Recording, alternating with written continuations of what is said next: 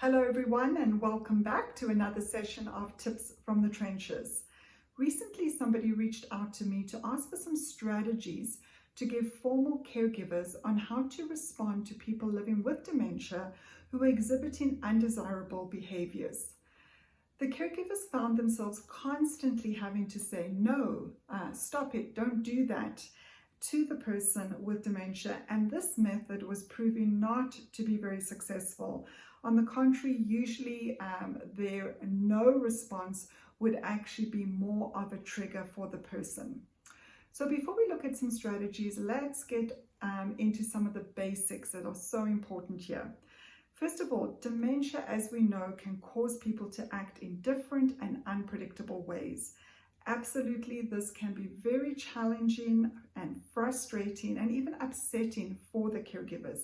But the important message that we all need to keep reminding ourselves here is that this is the dementia and not the person. So important to separate the two. So whether it be the person that is going in and out of other residents' rooms, maybe taking food from a table mate's plate, constantly clapping their hands or constantly wiping surfaces, using a toothbrush as a hairbrush or using a remote as a cell phone, or repeatedly saying they want to go home, we need to remember that all these behaviors have meaning. So there's a cause and that there is a reason for them.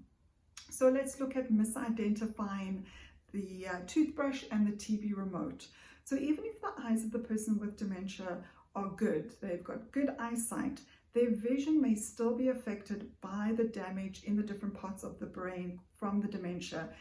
These areas of the brain are responsible for processing visual information. And then the person who's constantly wiping down everything in sight and driving us crazy could have worked for years in a restaurant, in a pub, in a hotel, and this was part of their daily job function. So today we hear often of a very popular term called person-centered care, especially those of us who are working in the healthcare sectors, or even more for those that are working with older adults in, let's say, adult day programs, assisted living and long-term care facilities. So what is meant when we say person-centered care? Well, it's a philosophy of care that recognizes that individuals have unique values and cultures, personal history and personality, which all needs to be taken into account when providing care. So in order for us to respond to a person living with dementia in a person-centered care way, we need to equip or arm ourselves with two very important things. First of all, an understanding of dementia, how it changes the brain and how this impacts communication and behavior. And then secondly, but just as important, is knowing our client's history, their life history. So how do we learn about our clients? First of all, by asking them to share their story, ask them what they like, what they don't like, some of their childhood memories, some of their achievements that they're proud of. And obviously the reply, the responses will also be determined by how far in the dementia journey they are. And then another very great source of information is from family and friends. So family and friends, I'm talking to you now. You play such a crucial part in helping the staff to get to know your person. There are various ways you can help us to get to know them. Some care facilities have their own documents that they will provide to you upon admission. Some of the titles might be something like Getting to Know Me or All About Me. There are various Alzheimer associations who also have these kinds of documents, so you could connect with them.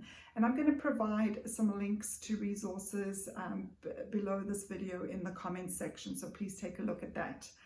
You know, it's our responsibility when the person living with dementia can no longer share their story that we find a way to share it for them.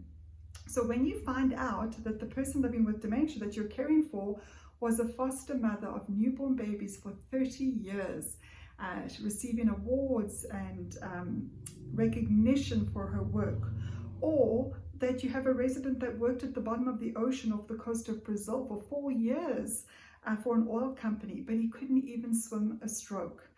Or a mom who had 8 kids. She sewed all their outfits, knitted all their sweaters, all the food, the vegetables was what she grew in her garden, and she still helped her husband with the farming on their farm.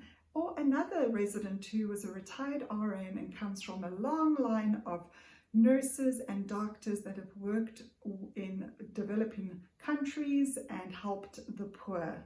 And so there are many, many more amazing stories like these. And when you know this about a person, I guarantee you will never look at that person the same way again. You will see beyond the frailty, the inability to verbally communicate, and even those difficult behaviors. And you will grow as a caregiver, your skill set will increase, and so will your job satisfaction. So in our next session, we're going to look at some strategies to use when your first reaction is to say no or stop it. This certainly takes effort, takes practice, and you won't always be successful, or it won't mean that you will never have to say no. However, if you're prepared to put some work into understanding the physiological changes in the brain because of dementia and learn the life history of your clients, you will surprise yourself at just how quickly you can learn some of these strategies. So once again, thank you so much for your time. Please do like these sessions and share them. And as always, I wish you strength, I wish you peace, and until next time, I wish you moments of joy.